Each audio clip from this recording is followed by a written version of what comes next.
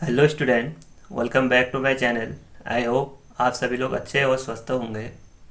Student, आज के lecture में हम ऑर्गेनिक केमिस्ट्री में एक most important naming reaction Kolbe reaction को डिस्कस करेंगे। सबसे पहले हम इस रिएक्शन के बेसिक पार्ट को इंट्रोड्यूस करेंगे। उसके बाद हम इस रिएक्शन के मैकेनिज्म को डिस्कस करेंगे और लास्ट में जो इसका मेन प्रोडक्ट हमें ऑब्टेन होता है उसका क्या इम्पोर्टेंस है उसको भी हम डिस्कस करेंगे। ठीक है, तो student, your reaction board exam के साथ साथ किसी भी कंपटीशन एग्ज़ाम जैसे नीट, जेई या अदर कंपटीशन एग्ज़ाम उन सभी में अवश्य पूछी जाती है। तो स्टूडेंट, इस लेक्चर को ध्यान से देखिए।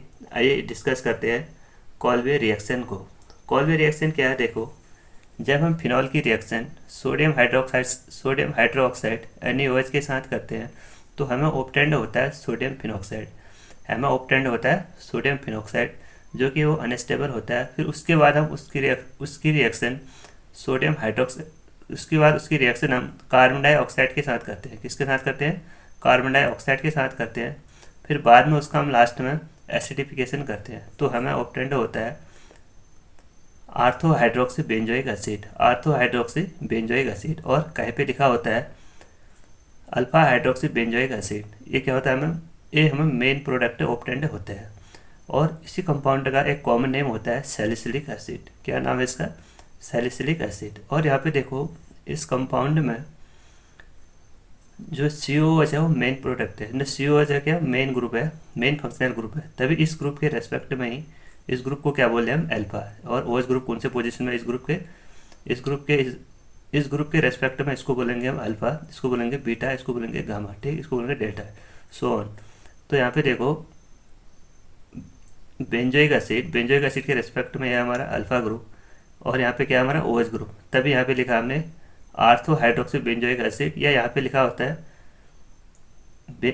Alpha hydroxy benzoic acid. ये क्या हमारा मेन प्रोडक्ट है? और इसी का कॉमन नेम क्या है हमारा? Salicylic acid. तो कॉल्वे रिएक्शन क्या है, एक बार और रिवाइज कर लेते हैं। देखो, जब हम फिनॉल की रिएक्शन सोडियम हाइड्रोक्साइड के साथ करते हैं तो हमें ऑब्टेंड होता है सोडियम फिनॉक्साइड की रिएक्शन हम कार्बन डाइऑक्साइड के साथ करते हैं, जो कि यहाँ पे एक इलेक्ट्रोफाइल की तरह एक्ट करता है। यहाँ पे क्या है? एक वीक इलेक्ट्रोफाइल की तरह एक्ट करता है CO2। और उसके बाद लास्ट में उसका एसिडिफिकेशन करते हैं।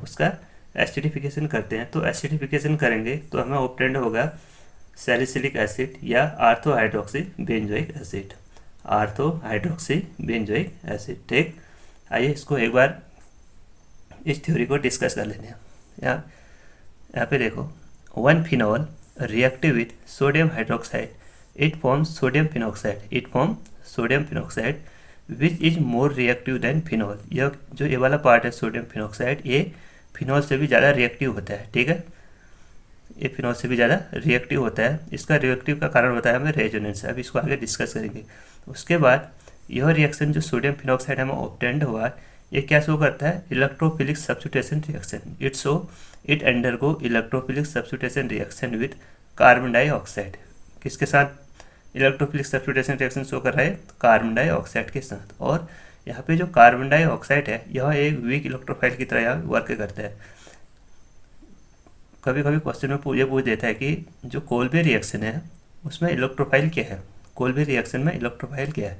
तो वहाँ पे इलेक्ट्रोफाइल क्या होता है हमारा? Carbon dioxide CO2। जब इसकी रिएक्शन यानी जो सोडियम फिनॉक्साइड है इसका इलेक्ट्रोफिलिक सब्स्टिट्यूशन रिएक्शन हुआ कार्बन डाइऑक्साइड के साथ, तो उसके बाद हमें मेन प्रोडक्ट ऑब्टेंड होता है आर्थो हाइड्रोक्सी बेंजोइक एसिड। इसी को बोलते हैं, कॉमन नेम है सैलिसिलिक एसिड।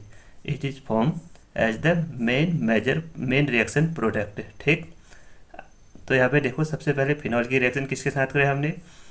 सोडियम हाइड्रोक्साइड के साथ, तो हमें ऑब्टेंड हुआ सोडियम फिनॉक्साइड। जब सोडियम फिनॉक्साइड की रिएक्शन हम CO2 के साथ करते हैं, इलेक्ट्रोफिलिक सब्स्टिट्यूशन रिएक्शन, CO2 किसकी तरह एक्ट करता है? यहाँ पे वीक इलेक्ट्रोफाइल की तरह। और लास्ट में करते हैं उसका एसिडिफिकेशन, तो हमें ऑब्टेंड होगा आर्थो हाइड्रोक्सी बेंजोइक एसिड या सैलिसिलिक एसिड। यह हमारा कोल्बे रिएक्शन का बेसिक इंट्रोडक्शन पार्ट। ठीक है, कोल्बे रिएक्शन का बेसिक इंट्रोडक्शन पार्ट। कभी कभी बोर्ड एग्जाम में आता है तो आपको क्या पूरा मैटर लिखना है। वहाँ पे तो क्या लिखना है? आपको पूरा मैटर लिखना पड़ता है।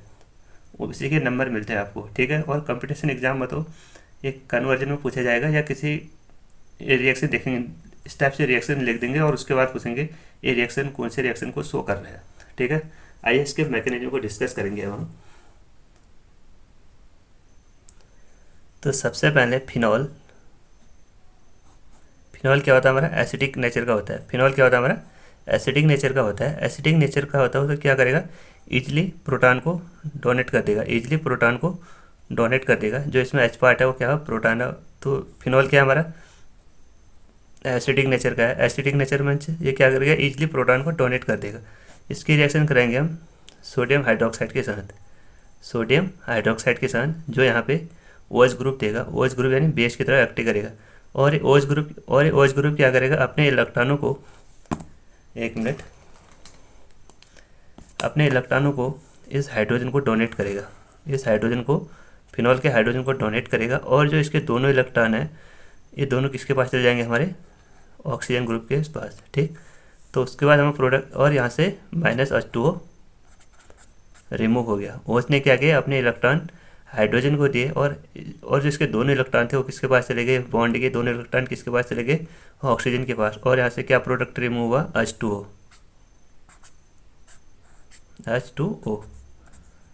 उसके बाद ये हो गया हमारा फिनॉक्साइड, ये हो गया हमारा फिनॉक्साइड आयन। जो फिनॉक्साइड आयन है इसमें क्या है, देखो ऑक्सीजन के पास लोन पेयर है, तो लोन पेयर क्या करेंगे, इस बेंजीन रिंग के साथ क्या करेंगे, रेजोनेंस शो करेंगे, इस बेंजीन रिंग के साथ रेजोनेंस शो करेंगे, रेजोनेंस शो करेंगे। तो ये क्या करेगा, अपने इलेक्ट्रॉन इस रिंग को डोनेट करेगा। और यहाँ पे क्या होगा, रेजोनेंस स्टार्ट होगा, ठीक। तो यहाँ पे क्या होगा, कार्बन के पास कितने बॉन्ड हो गए, 5, 1 2 3 4, और ये बॉन्ड आएगा तो 5। तो 5, कार्बन की अधिकतम वैलेंसी कितनी होती है, 4। तो ये क्या करेगा, अपने इलेक्ट्रॉनों को आगे डोनेट करेगा। ऐसे क्या करेगा, ऐसे क्या होगा, इसमें रेजोनेंस स्टार्ट होगा। तो यहाँ पे आएगा डबल बॉन्ड ऑक्सीजन और डबल बॉन्ड। इसने क्या किया, अपने इलेक्ट्रॉन को डोनेट किया, अपने इलेक्ट्रॉन को डोनेट किया। तो यहाँ पे आएगा हमारा नेगेटिव चार्ज, ये आएगा हमारा नेगेटिव चार्ज। अब यहाँ पे क्या करेगा, जो यहाँ पे इलेक्ट्रॉन डेंसिटी है किस पे अटैक करेगा, एक अटैक करेगा हमारे कार्बन डाइऑक्साइड पे। कार्बन डाइऑक्साइड क्या है, यहाँ पे कार्बन डाइऑक्साइड स्वयं में एक एसिडिक नेचर का होता है। कार्बन डाइऑक्साइड स्वयं में एसिडिक नेचर का होता है, तो उसको क्या चाहिए होते हैं, इलेक्ट्रॉन। उसको क्या चाहिए होते हैं, इलेक्ट्रॉन। उसमें भी क्या होती है, इलेक्ट्रॉन की कमी। तो उस इलेक्ट्रॉन की कमी को कौन कंप्लीट करेगा, जो हमारे बेंजीन रिंग से इलेक्ट्रॉन डेंसिटी है वो इसमें अटैक करेगा, यहाँ पे अटैक करेगा। तो यहाँ पे देखो कार्बन के पास पहले 4 बॉन्ड है, एक बॉन्ड और अटैक किया तो कितने में 5, बट कार्बन की वैलेंसी 4 होती है। तो ये क्या करेगा, अपने इलेक्ट्रॉनों को डोनेट करेगा, ठीक। उसके बाद देखो हम प्रोडक्ट ऑब्टेंड हुआ ये वाला double bond O+C double bond O, और इसने अपने इलेक्ट्रॉन यहाँ से डोनेट किए, तो यहाँ पे आएगा हमारा नेगेटिव चार्ज, ठीक है। तो उसके बाद देखो इस कार्बन की वैलेंसी तो कंप्लीट है, 1 2 3 4, इस कार्बन की वैलेंसी कंप्लीट है। बस इस बेंजीन रिंग में एरोमेटिसिटी क्या होगी, इसकी लॉस्ट होगी। इस बेंजीन रिंग में एरोमेटिसिटी क्या होगी, इसकी लॉस्ट होगी। तो उसको कौन कंप्लीट करेगा, यहाँ पे देखो एक हाइड्रोजन है, यहाँ पे क्या है, हाइड्रोजन है, यहाँ पे एक हाइड्रोजन है। तो हाइड्रोजन क्या करेगा, अपने इलेक्ट्रॉनों को डोनेट करके, अपने इलेक्ट्रॉनों को इस बेंजीन रिंग को डोनेट करके इसकी एरोमेटिसिटी को रिटेन करेगा, इसके एरोमेटिसिटी को रिटेन करेगा। तो ये क्या करेगा, देखो अपने इलेक्ट्रॉनों को डोनेट करेगा, अपने इलेक्ट्रॉनों को इस रिंग को डोनेट करेगा हाइड्रोजन। तो उसके बाद यहाँ पे देखो कार्बन के पास कितने बॉन्ड हो गए, फिर से 5 हो गए। तो ये क्या करेगा, जो डबल कार्बन और ऑक्सीजन के भी डबल बॉन्ड है, तो ऑक्सीजन मोर इलेक्ट्रोनेगेटिव है, तो इलेक्ट्रॉनों को अपने और अट्रैक्ट करेगा, ठीक। और जो ए वाला एच है ये किसने एक्सेप्ट कर लिया, ए वाला एच एक्सेप्ट कर लिया इस वाले हाइड्रोजन, इस वाले ऑक्सीजन ने, ठीक है। ये वाला एच किसने एक्सेप्ट कर लिया, इस वाले ऑक्सीजन ने। तो उसके बाद देखो हमें क्या प्रोडक्ट ऑब्टेंड हुआ, डबल बॉन्ड बेंजीन, यहाँ पे डबल बॉन्ड इसने यहाँ पे इलेक्ट्रॉनों को डोनेट किया हाइड्रोजन, तो यहाँ पे आ गया हमारा डबल बॉन्ड। उसके बाद सिंगल बॉन्ड ऑक्सीजन, और ऑक्सीजन ने यहाँ पे क्या करेगा, देखो इलेक्ट्रॉनों को एक्सेप्ट किया, इलेक्ट्रॉनों को एक्सेप्ट किया तो यहाँ पे आएगा हमारा नेगेटिव चार्ज। और जो यहाँ पे है आर्थो पोजीशन में, यह देखो सी डबल बॉन्ड ओ, और इस ओ इस एच ने इस ओ ने एक हाइड्रोजन को एक्सेप्ट किया तो यहाँ पे आएगा ओ एच। बट यहाँ पे तो इसकी वैलेंसी कंप्लीट होगी, और जो यहाँ पे ओ है और नेगेटिव चार्ज है, तो हम लास्ट में क्या करेंगे, इसका एसिडिफिकेशन। क्या करेंगे लास्ट में हम इसका acidification, acidification H plus in the presence of H2। तो H प्लस क्या करेगा, अपने इलेक्ट्रॉनों को इसको डोनेट करेगा। H प्लस क्या करेगा, इसके साथ डोनेट करेगा, तो हमें प्रोडक्ट ऑब्टेंड होगा, देखो COOH न OH, C double bond OH। ये हो गया हमारा मेन प्रोडक्ट। इसको बोलते हैं हम सैलिसिलिक एसिड, इसको बोलते हैं हम सैलिसिलिक एसिड। ठीक है, ये है इसकी कंप्लीट मैकेनिज्म। सबसे पहले क्या किया, देखो जो फिनॉल है, फिनॉल की रिएक्शन सोडियम हाइड्रोक्साइड के साथ की, तो सोडियम हाइड्रोक्साइड में से जो OH है उसने अपने इलेक्ट्रॉन फिनॉल के हाइड्रोजन को दिए, और जो फिनॉल है वो क्या करेगा, एसिडिक नेचर का होता है। एसिडिक नेचर का है तो क्या करेगा, इजीली प्रोटॉन को रिमूव कर देगा, इजीली प्रोटॉन को लॉस करेगा। तो उसके बाद हमें ऑब्टेंड हुआ फिनॉक्साइड आयन। तो फिनॉक्साइड आयन में क्या है, देखो यहाँ पे जो ऑक्सीजन और नेगेटिव चार्ज है उसमें क्या है, इलेक्ट्रॉन भी हैं। तो इलेक्ट्रॉन क्या करेंगे, अपने इलेक्ट्रॉनों को बेंजीन रिंग में रेजोनेंस शो करेंगे। तो रेजोनेंस शो करेंगे तो यहाँ पे क्या होगा, इलेक्ट्रॉन डेंसिटी। और एक बात यहाँ पे देखो, आप में से बहुत से लोग ऐसे सोचेंगे कि इसमें मेजर प्रोडक्ट आर्थो क्यों ऑब्टेंड हुआ, पैरा वाला क्यों प्रोडक्ट ऑब्टेंड क्यों नहीं हुआ, क्योंकि और यहाँ पे देखो इलेक्ट्रॉन डेंसिटी यहाँ पे भी इंक्रीज हो रही है। और जब हम इसको इसके रेजोनेंस स्ट्रक्चर को और आगे इंक्रीज करेंगे और आगे बढ़ाएंगे तो हमें इसकी इलेक्ट्रॉन डेंसिटी पैरा में भी ऑब्टेंड होगी। बट हमें मेजर प्रोडक्ट आर्थो क्यों ऑब्टेंड हो रहा है, उसका रीजन यहाँ की देखो,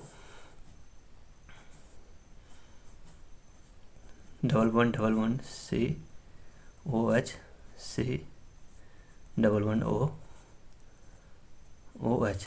तो यहाँ पे देखो, यहाँ पे होता है हमारा इंट्रामोलिकुलर हाइड्रोजन बॉन्डिंग। इसमें क्या होगा, आर्थो पोजीशन में देखो intramolecular hydrogen bonding, intramolecular hydrogen bonding. तभी ये हमारा जो आर्थो प्रोडक्ट है, जो हमारा आर्थो प्रोडक्ट है वो क्या होता है, हमारा मेजर होता है। तभी यहाँ पे हमारा जो आर्थो प्रोडक्ट है इंट्रामोलिकुलर, कौन सी बॉन्डिंग है, किस टाइप की बॉन्डिंग है, ये भी पूछ देता है, इंटर या इंट्रा। अगर अगर बॉन्डिंग सेम एटम के बीच होती है, एक ही कंपाउंड के अंदर होती है, तो उसको बोलते हैं हम intramolecular hydrogen bonding, intramolecular hydrogen bonding. तभी हमारा ये वाला प्रोडक्ट मेजर प्रोडक्ट होता है। और जब हम इसमें टेम्परेचर को इंक्रीज कर देते हैं, जब हम इसमें टेम्परेचर को इंक्रीज करते हैं, या सोडियम हाइड्रोक्साइड की जगह हम पोटेशियम हाइड्रोक्साइड लेते हैं, या यहाँ पे देखो जब हम इसमें टेम्परेचर क्या करेंगे, इसका इंक्रीज कर देंगे, या सोडियम हाइड्रोक्साइड की जगह हम क्या करेंगे, पोटेशियम हाइड्रोक्साइड को लेंगे, तो इसमें क्या होगा, जो पैरा प्रोडक्ट होता है वो क्या होता है, फिर मेजर होता है। पैरा प्रोडक्ट मेजर होगा, कब होगा पैरा प्रोडक्ट मेजर, जब हम सोडियम हाइड्रोक्साइड की जगह पोटेशियम हाइड्रोक्साइड लेंगे और या टेम्परेचर को इंक्रीज कर देंगे, तो वहाँ पे हमारा पैरा प्रोडक्ट मेजर होता है। और जब हमने इसकी रिएक्शन सोडियम हाइड्रोक्साइड के साथ की तो हमें कौन सा प्रोडक्ट मेजर मिला, आर्थो वाला। ठीक है, तो हमने यहाँ पे डिस्कस किया था, देखो इसकी इलेक्ट्रॉन डेंसिटी, इसने क्या कर दिया, जो CO2 ग्रुप है, CO2 ग्रुप क्या है, एक इलेक्ट्रोफाइल है। इलेक्ट्रोफाइल मीन्स उसमें इलेक्ट्रॉनों की कमी है, तो उस इलेक्ट्रॉनों की कमी को कौन कंप्लीट करेगा, जो हमारे बेंजीनिंग है, बेंजीनिंग के इलेक्ट्रॉन ने इसमें क्या है, अटैक किया। तो यहाँ पे देखो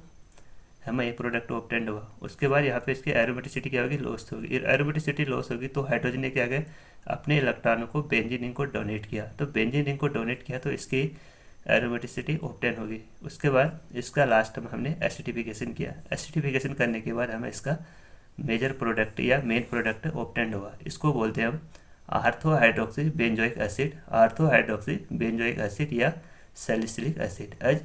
अब क्वेश्चन ये आता है कि कभी कभी कंपटीशन एग्जाम में सैलिसिलिक एसिड का क्या इंपॉर्टेंस है। इससे हम एस्पिरिन को ऑब्टेंड करते हैं, जिसका यूज हम पेन को रिलीव करने के लिए और बॉडी के टेम्परेचर को कम करने के लिए यूज़ करते हैं एस्पिरिन का। ठीक है, एस्पिरिन का क्या इंपॉर्टेंस है, एस्पिरिन का इंपॉर्टेंस ये है कि देखो हम इसका यूज बॉडी के टेम्परेचर को कम करने के लिए करते हैं, और जो हमारे बॉडी में पेन होता है उसके भी पेन को कम करने के लिए हम एस्पिरिन का यूज़ करते हैं। आइए इसका प्रिपरेशन देखते हैं एस्पिरिन की। एस्पिरिन कैसे ऑब्टेंड होता है, देखो एस्पिरिन में देखो जब हम सैलिसिलिक एसिड की रिएक्शन, सैलिसिलिक एसिड की reaction acetic anhydride, acetic anhydride का फॉर्मूला होता है CH3 C double bond O C double bond O CH3। जब हम सैलिसिलिक एसिड की रिएक्शन एसिटिक अनहाइड्राइड के साथ करते हैं in the presence of concentrate H2SO4, तो हमें प्रोडक्ट ऑब्टेंड होता है एस्पिरिन। एस्पिरिन का फॉर्म, एस्पिरिन देखो, एस्पिरिन का स्ट्रक्चर क्या है, जो हमारा आर्थो हाइड्रोक्सी बेंजोइक एसिड या सैलिसिलिक एसिड था, उसमें जो COH ग्रुप है वो तो वहीं पे है, और जो OH ग्रुप है, OH ग्रुप में से हमने H को रिमूव करके वहाँ पे क्या ऐड कर दिया हमने C double bond O CH3, C double bond O CH3, और यहाँ पे एक प्रोडक्ट माइनस हुआ, उसको बोलेंगे हम CH3 C double bond O OH। ये प्रोडक्ट क्या